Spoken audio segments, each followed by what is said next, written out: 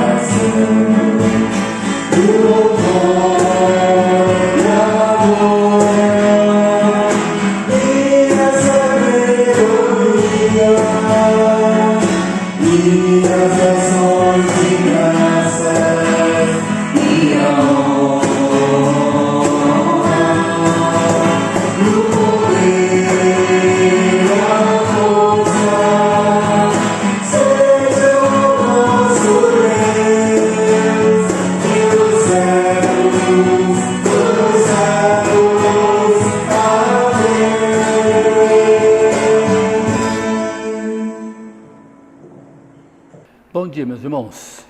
Quero compartilhar nesta manhã a palavra de Deus com os irmãos neste domingo, 26 de abril, Ainda não podendo nos congregar coletivamente, mas pela graça de Deus podemos juntos, compartilhar, podemos juntos sermos edificados através da palavra do Senhor.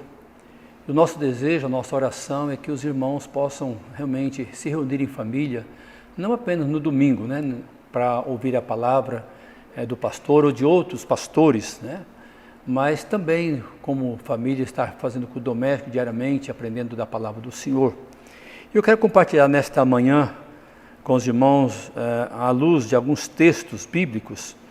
O primeiro deles está no primeiro livro dos Reis, capítulo 8, verso 27, falando sobre o céu. E a pergunta é, céu, que lugar é este?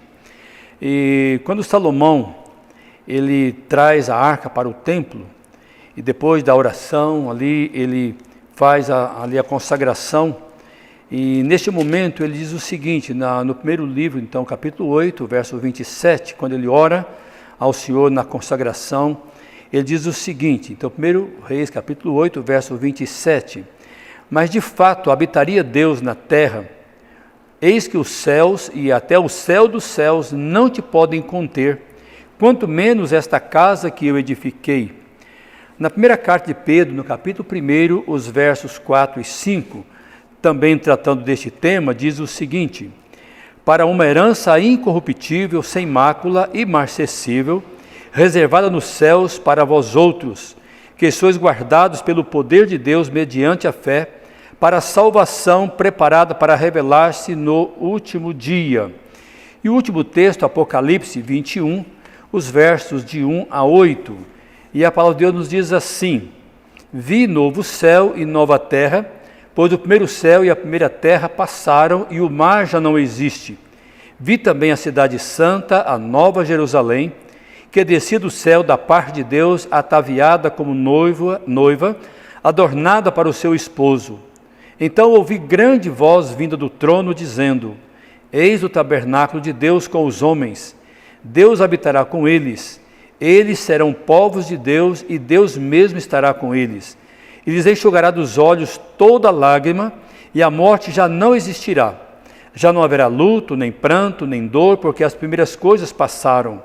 E aquele que está assentado no trono disse: Eis que faço novas todas as coisas. E acrescentou: Escreve, porque estas palavras são fiéis e verdadeiras. Disse-me ainda: Tudo está feito. Eu sou o Alfa e o Ômega, o princípio e o fim. Eu, a quem tem sede, darei de graça da fonte da água da vida. O vencedor herdará estas coisas, e eu lhe serei Deus, e ele me será filho. Quanto, porém, aos covardes, aos incrédulos, aos abomináveis, aos assassinos, aos impuros, aos feiticeiros, aos idólatras e a todos os mentirosos, a parte que lhes cabe será no lago que arde com fogo e enxofre, a saber, a segunda morte. Então nós temos esses textos da palavra de Deus falando desse lugar especial que Deus preparou para aqueles que o amam. Qual seria a definição do céu? O dicionário define o céu como o espaço indefinido em que se movem todos os astros. Também define como a região habitada por Deus e seus anjos. E no Salmo 139 nós temos no verso 8, a primeira parte, quando o salmista faz ali a pergunta: se suba aos céus, lá estás. E aí na sequência ele vai mostrar de fato que Deus está nesse lugar especial. O dicionário ainda diz que o céu é o lugar para onde, segundo as crenças religiosas, vão as almas dos justos. Então veja, até mesmo os pagãos têm esta concepção, essa ideia do que seja o céu, é um lugar preparado para aqueles que são justos. No segundo livro dos Reis, capítulo 2, verso 11, quando fala do profeta Elias, diz o texto ali, uma parte do versículo: e Elias subiu ao céu num redemoinho. Então veja, mostrando que o céu de fato é um lugar real. O desejo inato de felicidade, o céu também é a meta final. Se meditássemos mais sobre o céu, as nossas cargas seriam aliviadas. É filosofia barata a que cuida somente da vida presente, mata o maior estímulo.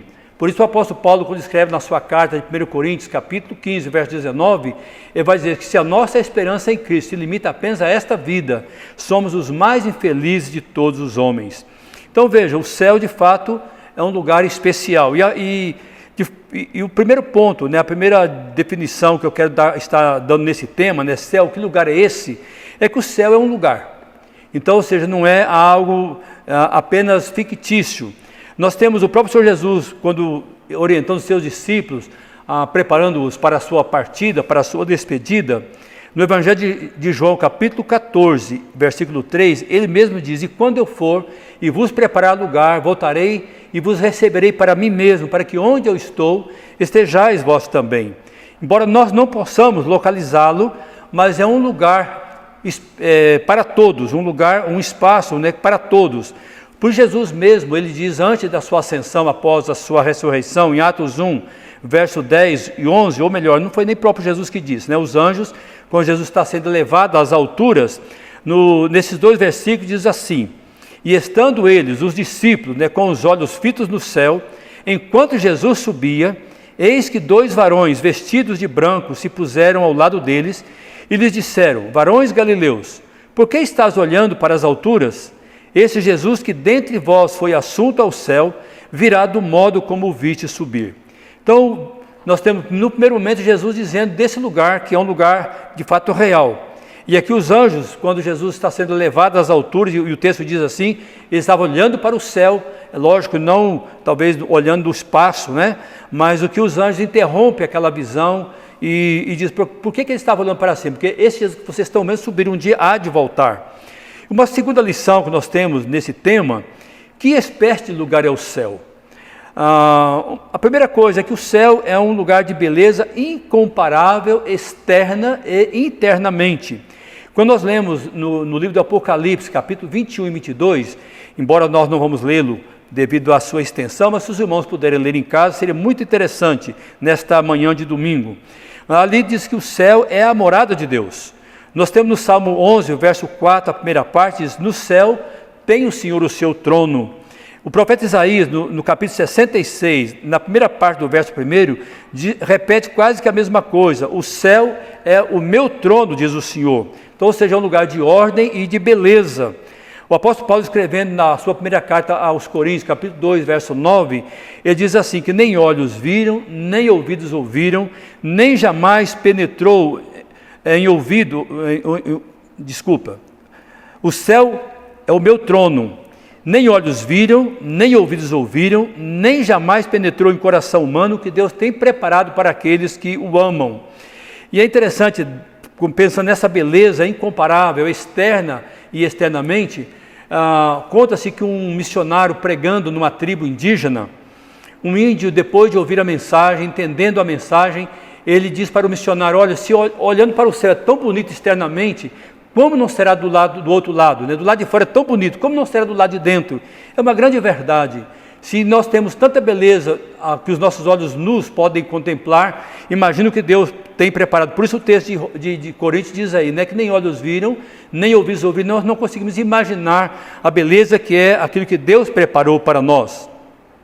E o apóstolo Paulo mesmo, ele descreve dessa beleza quando lá na sua segunda carta aos Coríntios, capítulo 12, quando fala da revelação, ele diz que foi até o terceiro céu, mostrando que é um lugar definido, um lugar realmente extraordinário, que ele diz que ele ouviu palavras que não podiam nem ser reveladas.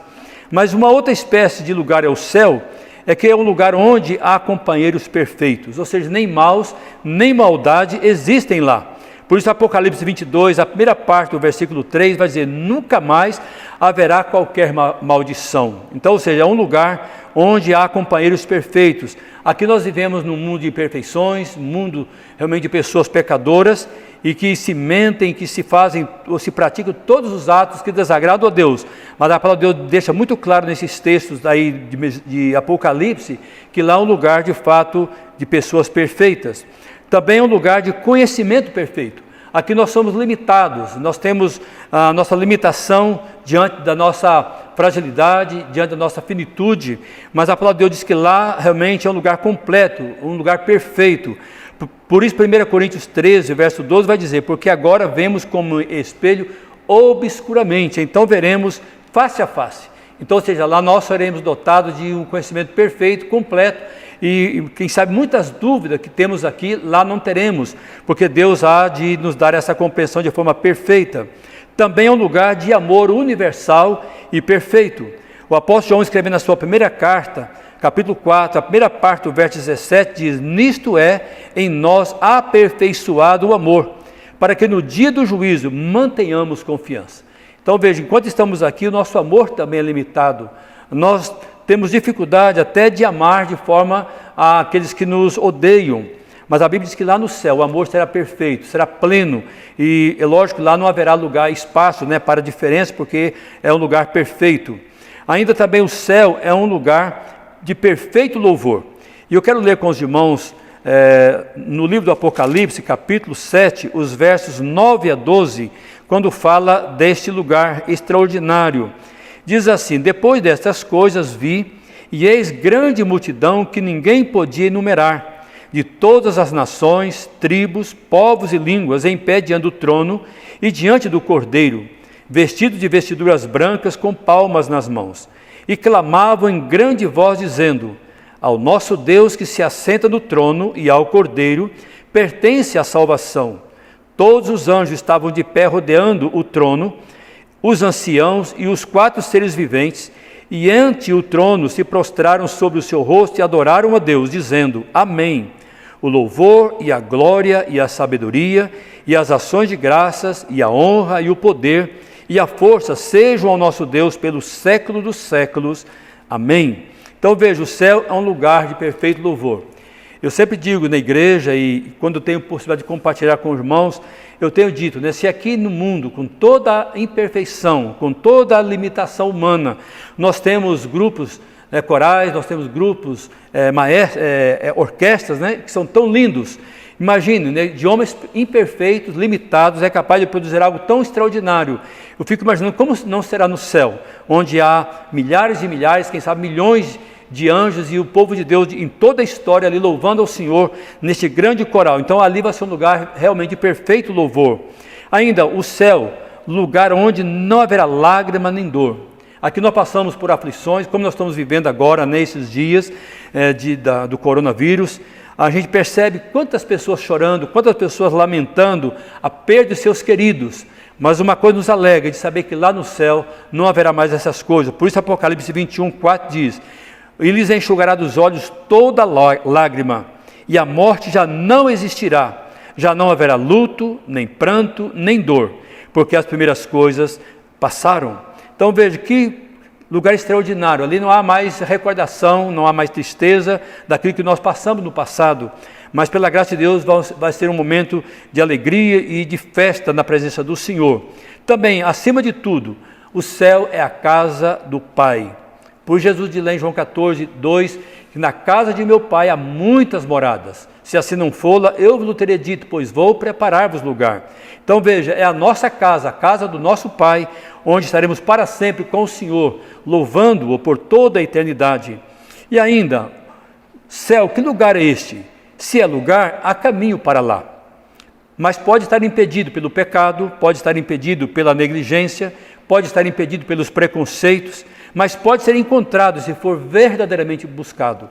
Então veja, podemos, diante desses fatos mencionados, perder essa bênção, embora a gente sabe que quando Deus opera, Ele o faz de forma eficaz, Ele faz de forma plena, mas por algum momento nós podemos perder essa bênção temporária, como o salmista registra no Salmo 51, lá naquele texto ele vai dizer: restitui-me a alegria da salvação. Então, ou seja, por um momento nós podemos perder essa alegria de participar das bênçãos espirituais, mas uma vez confessando nosso pecado, nós gozamos dessas bênçãos que o Senhor tem preparado para aqueles que o amam.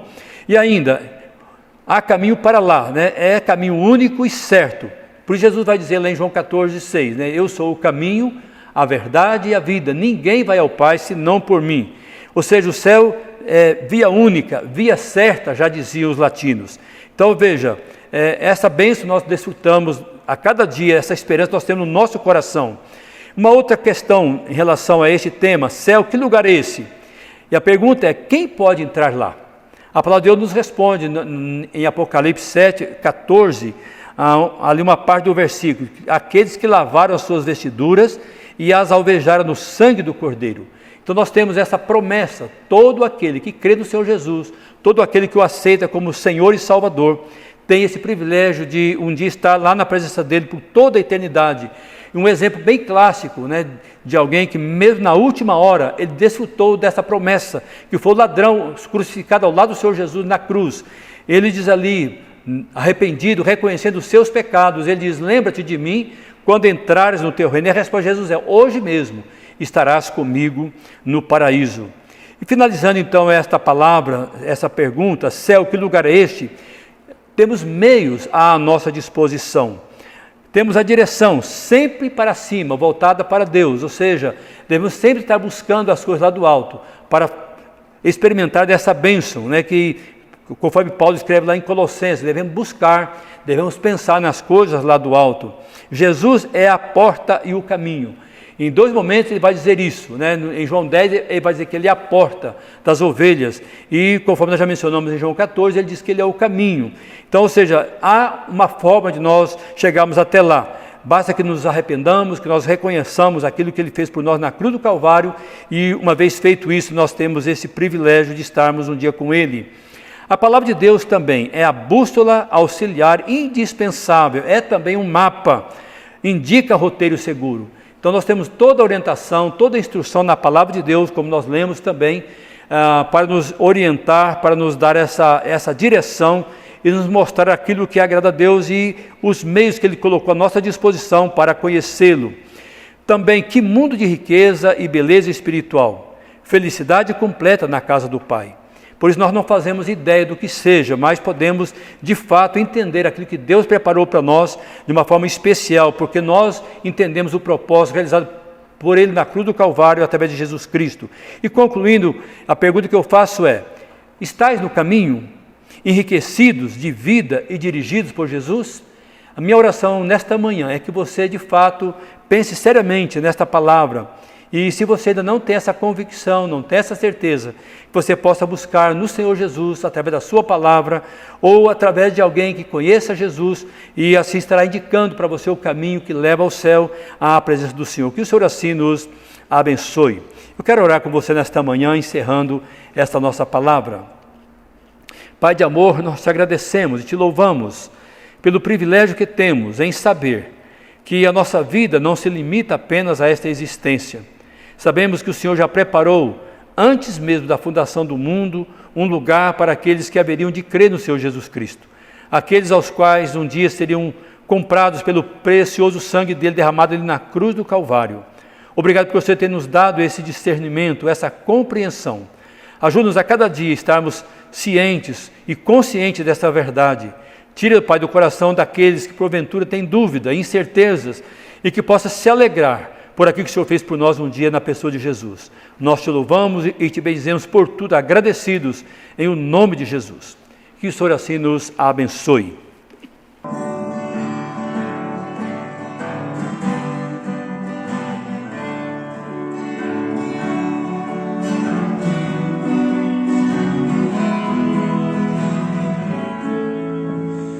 Esse mundo